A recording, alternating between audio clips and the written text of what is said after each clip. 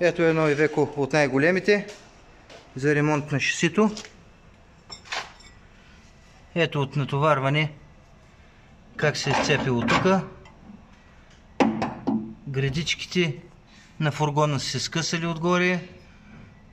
Стойката на спомагателния ресор се е засукала и изкривила шасито. Ето задната също. Гредичката също е скъсана. Тук е средната греда с амортисьорите, напречната от ръждите се е издула нагоре, като на повечето. Ето тук отдолу. Ето как е цепнато шасито.